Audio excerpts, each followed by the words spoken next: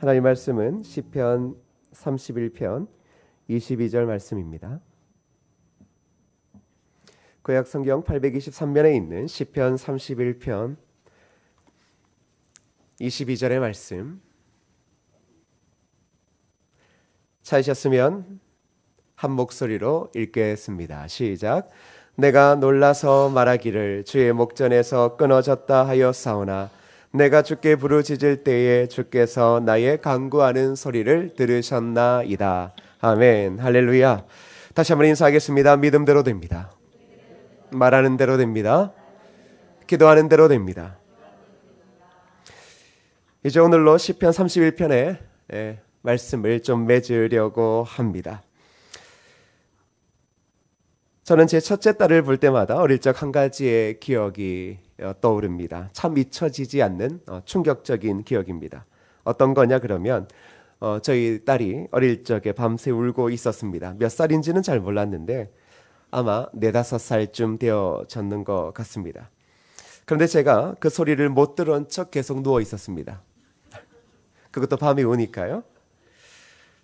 그런데 계속 우는 겁니다. 아이가 그럴 때가 있죠. 부모가 이유를 모르게 밤새도록 울 때가 있습니다. 그런데 저는 계속 들리지만 못 들은 척 그렇게 누워 있었습니다. 근데 순간 갑자기 엉엉 울고 있던 제 딸아이가 갑자기 일어나서 앉더니만 제 얼굴을 사정없이 때리는 겁니다. 순간 놀라 자리에서 일어나 그제서야 딸을 달랬습니다. 어린아이의 부르짖어 우는 소리는 엄마나 아빠에게 감미로운 음악 소리처럼 들릴 수 없습니다. 그저 빨리 그쳤으면 하는 소리가 어린아이의 울음소리입니다. 내 자녀임에도 불구하고 내 사랑하는 어린아이임에도 불구하고 그 밤에 그렇게 목 놓아 부르짖는 소리는 정말 듣기 어려운 소리입니다. 우리는 지금 지난주부터 부르짖음과 관련되어진 주제로 하나님의 말씀을 지금 보고 있습니다. 성도들의 부르짖음, 이 또한 누군가에게는 참 듣기 거북한 소리일 수 있다는 생각이 듭니다. 저와 여러분들이 각자의 사정은 다르지만 무엇인가 목 놓아 그렇게 부르짖어야 할 때, 그리고 부르짖고 있을 때 그 부르짖음을 기쁘게 받아들이는 사람은 그렇게 많지 않은 것 같습니다. 그럼에도 불구하고 하나님은 그 부르짖음의 소리에 응답하시고 그리고 그 부르짖음의 소리를 기쁘게 받아주신다라고 말씀하고 있습니다. 다윗은 내가 주를 떠나서 누구에게로 또 어디로 가겠나이까라고 절망 가운데 그렇게 고백하고 있습니다. 자기의 모든 소망이 끊어졌다라고 고백하면서도 그는 하나님 앞에 부르짖고 있습니다. 이것이 매우 중요한 부분이라고 지난주에 우리는 말씀을 통해 함께 나누었습니다. 다윗의 고백과 결단에 찬 부르짖음의 소리는 아마 다음처럼 해석할 수 있을 것입니다. 이런 내용입니다. 내 영혼아, 내가 절망 가운데 있을지라도 너의 마음을 너의 하나님 앞에 다 쏟아 놓겠다고 결심하라. 다윗은 지금 스스로에게 그리고 자신의 영혼을 향하여 내가 절망 가운데 있을지라도 너의 마음을 너의 하나님 앞에 다 쏟아 놓겠다라고 결심하라, 그렇게 말하고 있습니다. 사랑하는 성도 여러분, 우리가 하나님의 목전에서 끊어졌다라고 느끼더라도 우리는 부르짖음을 멈추어서는 안 될 것입니다. 슬프면 슬플수록 더 많이 울며 부르짖어야 합니다. 아프면 아플수록 더 큰 소리로 더 많이 울며 부르짖으셔야 합니다. 절망 가운데에서 그 절망이 심할수록 더 간절하게 부르짖고 또 부르짖어야 합니다. 그것이 바로 절망과 그리고 아픔을 가지고 있는 성도의 바른 모습일 것입니다. 만약 아이 엄마가 자기 아이에게 이제는 네 마음대로 해라, 나는 더 이상 너를 결코 사랑하지 않을 거야, 나는 너를 대문 밖에다 둘 테니 너는 다시는 내 아이가 아니다라고 말한다면 어린아이는 어떻게 할 것 같습니까? 어린아이가 더 이상 엄마, 이제 저는 더 이상 울지 않겠습니다라고 말하겠습니까? 결코 그렇지 않을 겁니다. 어린아이는 그 작은 가슴이 메어질 정도로 슬피 울 것이고 엄마의 매정한 말이 진짜라고 믿으면 믿을수록 그 아이는 목 놓아 울 것입니다. 이처럼 절망 가운데 있는 우리를 향해 하나님의 첫 번째 음성은, 아니 우리가 생각하는 하나님의 음성은 이런 것 같습니다. 내가 다시는 너의 기도 소리를 듣지 않겠다. 끊임없이 실수를 반복하고 절망을 반복하는 너의 기도 소리를 나는 듣지 않겠다. 그렇게 말씀하시는 것처럼 들려질 수 있습니다. 근데 여러분, 그것은 하나님의 본심이 아닙니다. 성경에 보면 그러한 표현들이 참 많이 나옵니다. 너는 이제 내 백성이 아니다, 내 자녀가 아니다. 그런데 그 뜻은 진짜 내 백성이 아니다라는 게 아니라 하나님의 본심이 아닙니다. 하나님은 우리의 부르짖음을 듣고 계십니다. 그러기에 저와 여러분들은 더 간절하게 기도해야 합니다. 그렇게 할 때 우리의 문제는 그제서야 해결점을 찾을 수 있게 되어집니다. 목 놓아 부르짖는 것, 이거 저도 잘합니다. 여러분, 제 기도 소리를 들어보셨을 때 제가 기도하는 내용을 알 수 있습니까? 별로 잘 모르시겠죠? 고작 해봤자 주여, 아버지, 그리고 잠꼬대 삼아서도 아이고 주여. 제 잠꼬대가 주여가 아니었습니다. 앞에 하나의 미사여구가 있었습니다. 아이고 주여. 저희 딸아이가 명확하게 저를 이야기해 줬습니다. 부르짖음. 솔직히 이 부르짖음에 우리는 우리의 모든 삶의 고통과 그리고 기도의 제목과 소원, 아픔을 다 담고 있는 것입니다. 그러면 그렇게 부르짖을 때 어떤 은혜가 임할까요? 다윗이 바로 그것을 우리에게 알려주고 있습니다. 22절 오늘의 본문의 말씀을 다시 한번 읽어보겠습니다. 시작. 내가 놀라서 말하기를 주의 목전에서 끊어졌다 하였사오나 내가 주께 부르짖을 때에 주께서 나의 간구하는 소리를 들으셨나이다. 절망 가운데 가엾은 심령은 계속해서 부르짖어 하나님의 들으심을 받아냈습니다. 본문을 보시면 내가 주께 부르짖을 때에 주께서 나의 간구하는 소리를 들으셨나이다. 우리가 부르짖을 때 어떠한 은혜가 임하냐라고 하면 바로 주께서 우리의 간구하는 소리를 들으신다라는 겁니다. 이 복은 우리가 지금 문자적으로 보는 것보다 훨씬 더 놀라운 비밀을 가지고 있습니다. 무엇이냐 그러면 약속의 말씀을 뛰어넘는 것입니다. 하나님의 약속은 믿음의 기도를 들으시겠다라는 것이지만 긍휼에 풍성하신 하나님은 자기가 약속한 것 그 이상으로 지키시는 분이라는 사실입니다. 우리가 보고 있는 성경은, 그리고 우리가 알고 있는 많은 성경의 내용은 바로 그런 하나님의 복을 이야기하고 있습니다. 가장 쉽게 생각해 볼 수 있는 게 바로 니느웨의 멸망을 선포한 요나의 이야기입니다. 요나는 니느웨의 심판을 선언했습니다. 그런데 그 나라는 그리 좋은 나라가 아닙니다. 하나님이 택한 백성도 아닙니다. 그래서 그들은 그렇게 죽어가고 멸망하는 것이 매우 마땅하다라고 요나는 그렇게 생각했습니다. 그런데 놀라운 일이 일어났습니다. 요나의 의도와는 달리 그저 진정성을 보이지 않고 몇 마디 던지고 요나가 지나갔을 때 니느웨의 왕과 모든 사람들이 베옷을 입고 결국은 통곡을 하더라는 겁니다.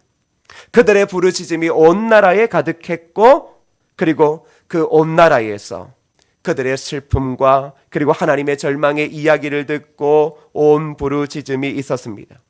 그런데 우리가 잘 아는 바처럼 그들은 불신자들이었습니다. 그런데 그들이 불신한 가운데 부르짖고 있습니다. 그런데 그 결론이 무엇입니까? 하나님께서 그들의 영혼을 구원해 주셨다라는 겁니다. 이것이 무엇일까요? 바로 이것은 하나님의 성품과 완전히 부합되어지고 있는 사건을 보여주고 있습니다. 하나님의 약속은 그렇습니다. 우리의 기도를 들으시겠지만 긍휼에 풍성하신 하나님은 우리에게 약속한 것 이상으로 들어주시고 지켜주시는 분이라는 사실입니다. 우리가 고통 중에 있을 때 우리의 생각이 이렇게 치달을 때가 있습니다. 그것은 하나님께서 나를 이렇게 삶의 추운 것으로 버려두시고 죽게 내버려 두시는 것은 아닌가. 그리고 그쯤 되어지면 마귀의 속삭임이 들립니다. 하나님께서 너를 더 이상 도우시지 않을 거야. 너 같은 자를 어떻게 더 이상 도울 수 있겠어? 너는 실질적으로 하나님 앞에 버림을 받은 사람이야. 너의 기도가 지금 응답되고 있지 않잖아. 너 똑같은 어려움에 계속 빠져 있는 것 아니야? 하나님이 아마 너를 버리셨을 거야. 그런데 사랑하는 성도 여러분, 우리가 추운 겨울 길을 걷고 있는데 어린아이가 얇은 옷을 걸친 채 추위에 떨며 도움을 구하고 있다면, 그렇게 만일 그 아이가 추위에서 그저 울고만 있다면 여러분들은 어떻게 하겠습니까? 그 부르짖음을 듣고 가는 길을 멈출 것입니다. 그리고는 그 추위에 몸이 언 아이에게 자신의 옷을 벗어 입히고 손을 녹이고 그리고 그 어린 아이의 이야기를 듣고 그를 도와줄 것입니다. 하물며 사람도 이렇게 하는데 사랑의 하나님은 어떻게 하시겠냐라는 겁니다. 당신의 심령이 처해 있는 절망 가운데서 울며 부르짖을 때 하나님은 자신의 무한한 선하심으로 말미암아 당신에게 오시지 않을 수 없게 되실 겁니다. 왠 줄 아십니까? 하나님은 당신에게 부르짖으라고 가르치신 분이기 때문입니다. 우리의 목 놓아 울부짖는 그 울음 속에서 우리가 주님을 찾으면 주님은 기필코 우리의 삶에 찾아오십니다. 그 이유는 단 한 가지, 바로 하나님께서 저와 여러분에게 부르짖으라고, 힘들고 어려우면 목 놓아 그렇게 울라고 가르치신 분이기 때문에 그렇습니다. 사랑하는 성도 여러분, 그저 우리가 울며 부르짖는 것, 그것이 때로는 우리의 욕구일 수 있고 욕망일 수도 있을 것입니다.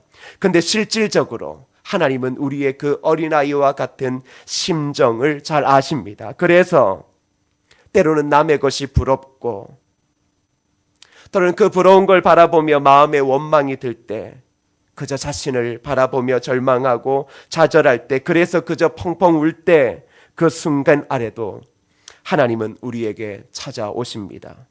왜겠습니까? 바로 하나님은 그런 우리의 유일한 아버지이시기 때문입니다. 그분은 반드시 오늘 이 시간 우리가 기도할 때, 아니 매일의 삶마다 그렇게 목 놓아 울며 달려갈 때 하나님은 분명히 여러분의 기도에 응답해 주실 것입니다. 본문의 다윗의 부르짖음 속에서 하나님께서 자신의 기도를 들으셨다라고 말하는 것을 들을 때 우리는 큰 담력을 얻어야 합니다. 왜입니까? 하나님께서 한 사람의 기도를 들으셨다라고 하면 다른 사람의 기도도 들으실 것이기 때문입니다. 우리는 다윗이 유능해서 하나님이 다윗의 기도만 들으셨다라고 하지만 성경은 그렇게 말하지 않습니다. 바로 성경은 우리에게 하나님은 그의 사랑하는 모든 자들의 목 놓아 부르짖는 그 소리를 들으신다라고 이야기해주고 있습니다. 다윗이 위대했기 때문에, 하나님의 약속을 잘 지켰기 때문에 하나님께서 그의 기도에만이 응답해 주셨다, 그런 것 아닙니다.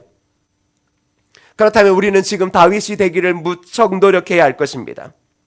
다윗은 실질적으로 그의 삶에 대단한 일들을 한 것처럼 보이지만 그 많은 것들은 사람이 지켜 세운 것이고, 오늘날의 그리스도인들이 다윗을 그렇게 대단한 사람이다, 그런 인물이 되어져야 된다, 그런 리더십이 되어져야 된다라고 만들어 놓은 것입니다. 실질적으로 하나님이 이야기하는 것은 무엇입니까? 다윗 자체가 대단한 사람이 아니다. 하나님께서 다윗을 통해 일하셨다, 그게 성경의 내용입니다. 다윗 스스로 아무것도 할 수 없었습니다. 그래서 울부짖는 겁니다. 대단한 사람이 한번 인생의 큰 고통 때문에 크게 쓰임받는 게 아니라 그저 아무것도 없다라는 겁니다.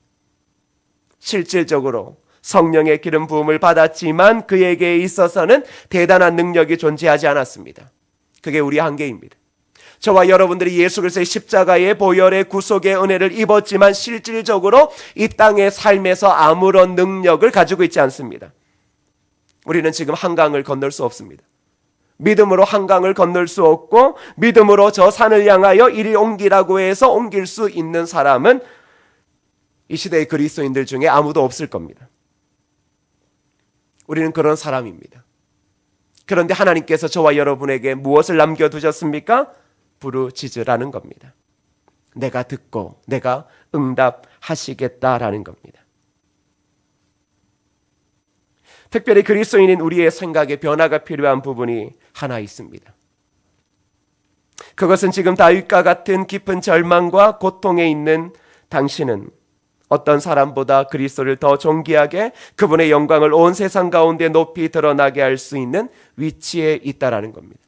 저와 여러분들이 기도의 응답이 점점 더뎌지면 내가 문제가 있구나 이렇게 생각합니다. 내가 하나님의 나라를 구하지 않고 내 욕심을 구하는구나. 늘 언제나 그런 생각을 반복하다가 결국은 아무런 변화도 일어나지 않습니다.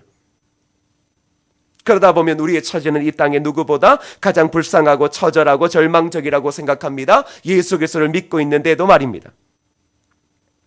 그런데 이것이 어떻게 그분의 영광을 드러낼 수 있냐? 이렇게 반문할 수 있습니다. 아무것도 없는데, 아무 능력도 없는데 도대체 우리의 지금 이 삶이 목 놓아 부르짖을 수밖에 없는 그 처절한 삶이 어떻게 예수 그리스도 그분의 영광을 이 땅 가운데 드러낼 수 있냐? 그렇습니다. 어떻게 그럴 수 있을까요? 오히려 우리는 이런 상황이 되면 교회에서도 부끄럽다라고 생각되어집니다.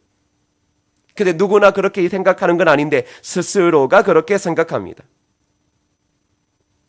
그리고 이렇게 말합니다. 내가 교회를 안 다니는 것이 그리스도의 명예의 먹칠을 하는 것을 멈추는 것이다. 그렇게 생각합니다. 예수를 믿어도 우리는 건강해야 되고 예수를 믿어서 아프면 그리스도의 영광을 가린다 이 생각합니다. 그게 저와 여러분의 생각입니다. 예수를 믿고 있는데 갑자기 집안의 가정사가 어려움에 닥치면 그것이 그리스도의 영광의 명예의 먹칠을 한다라고 생각합니다. 그리고 대부분의 목사님들은 그러한 우리를 보고 너 죄 회개하라 그렇게 얘기합니다. 그런데 실질적으로 하나님께서 우리가 아파 죽겠는데 우리한테 찾아오셔서 야 회개 안 해? 너 죄 때문인 거 몰라? 그렇게 과연 이야기하실까요? 그런데 저는 이것은 올바르지 않은 생각이라고 생각합니다. 우리는 정말 죄인인 거 맞습니다. 저와 여러분들은 정말로 가증한 죄인입니다. 왜냐 그러면 필요할 때만 하나님을 찾기 때문입니다. 잘 나가고 돈 좀 있고 살만하면 절대 하나님을 찾지 않습니다. 적당하게 어느 선을 가지고 합니다. 그러나 어려움이 닥치면 그제서야 하나님 앞에 와서 살려달라고 부르짖는 사람들입니다. 그런 우리들을 보면 진짜 나쁜 사람들입니다. 그런데 하나님은 오히려 그런 우리들을 향하여 바로 너희들의 그 위치 속에서 그분의 영광을 온 세상 가운데 드러내게 할 수 있다. 왠 줄 아십니까?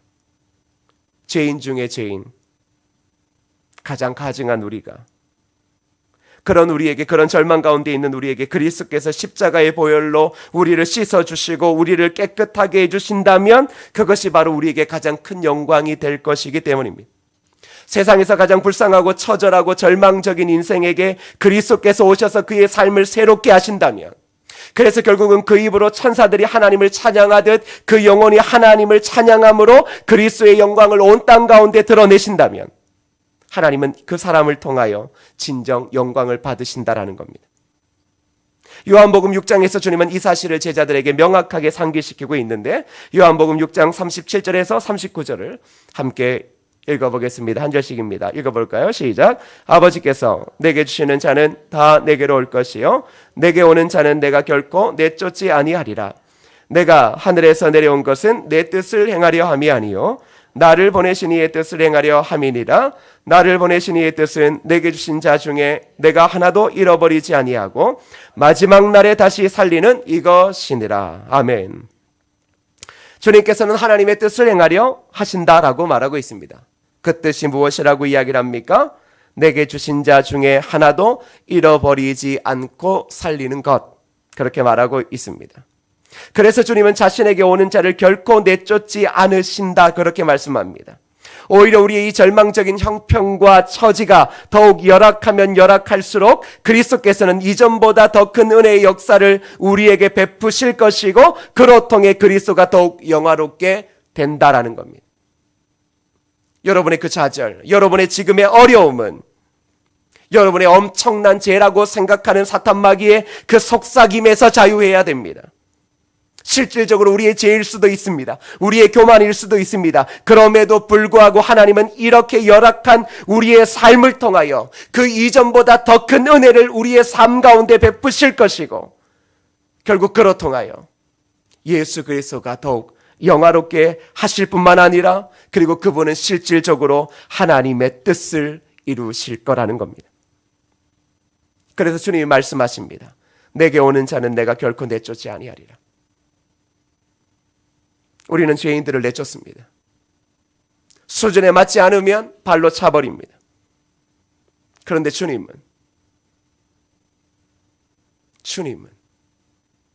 우리를 결코 내쫓지 않습니다.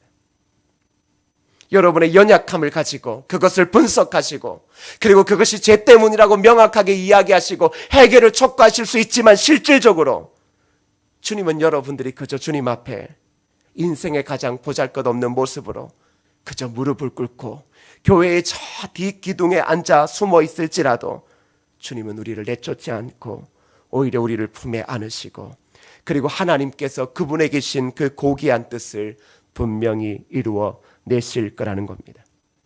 사랑하는 성도 여러분, 우리는 금요 저녁 집회에, 성경 집회에 대부분 기쁨에 대한 소망도 가지고 있지만 실질적으로 해결되지 않는 어려움들을 오래도록 붙잡고 있는 자들입니다.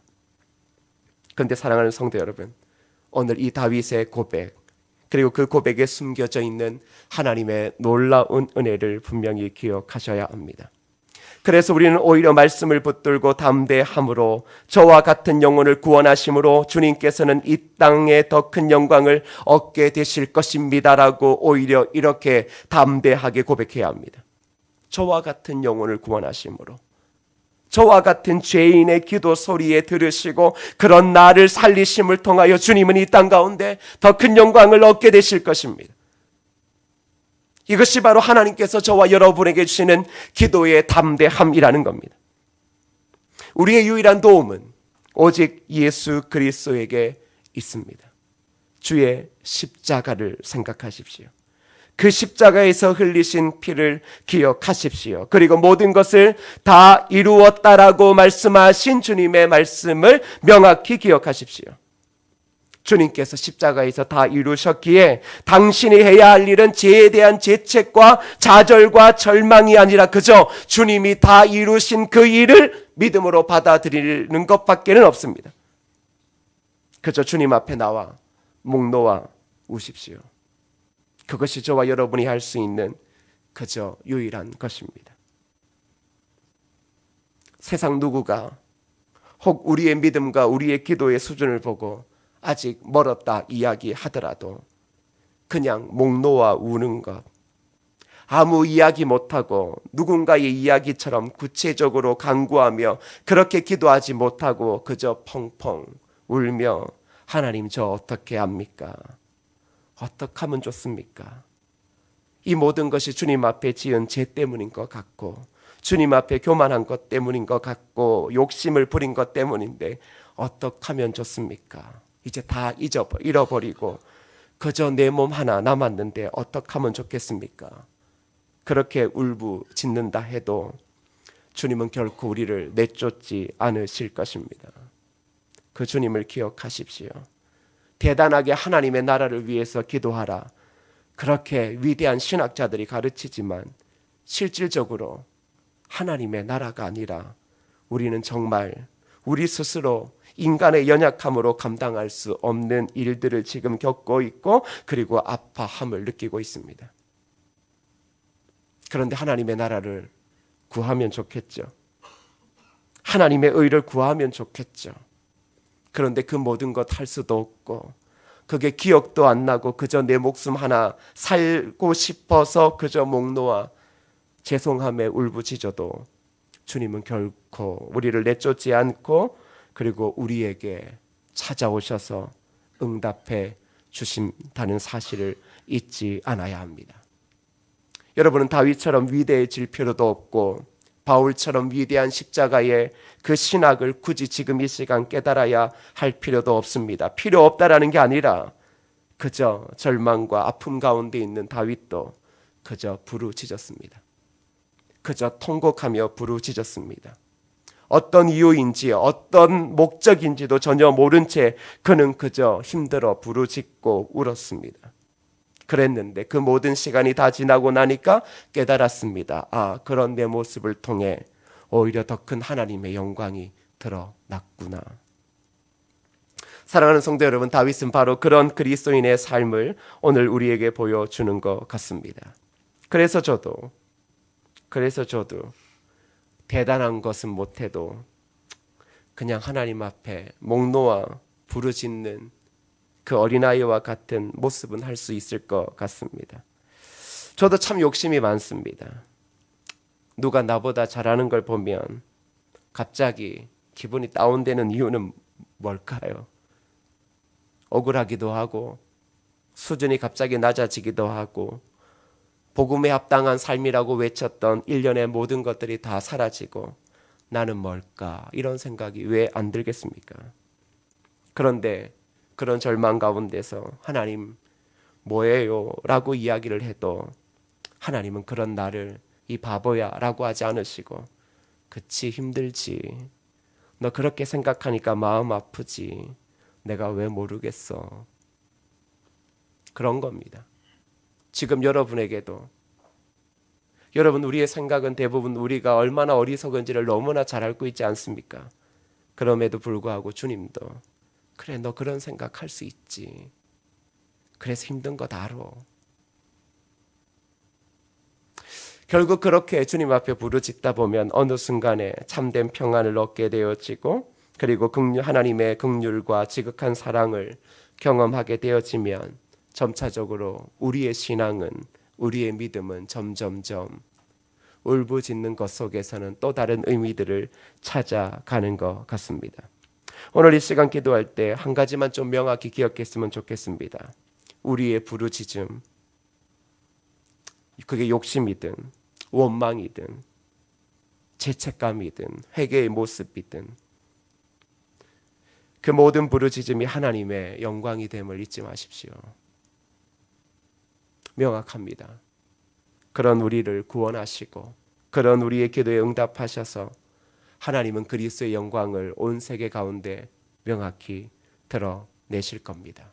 오히려 깊은 절망 가운데 있다면 하나님께서 이 절망에 있는 나를 구원하심을 통하여 정말로 크게 영광 받으시겠구나.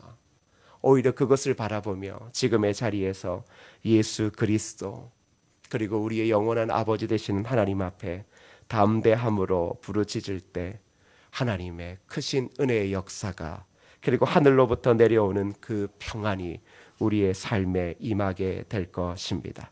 오늘 말씀을 기억하며 우리 이 시간 함께 찬양하며 기도하면 좋겠습니다. 오늘 우리가 함께 부를 찬양은 은혜 아니면 살아갈 수가 없네입니다.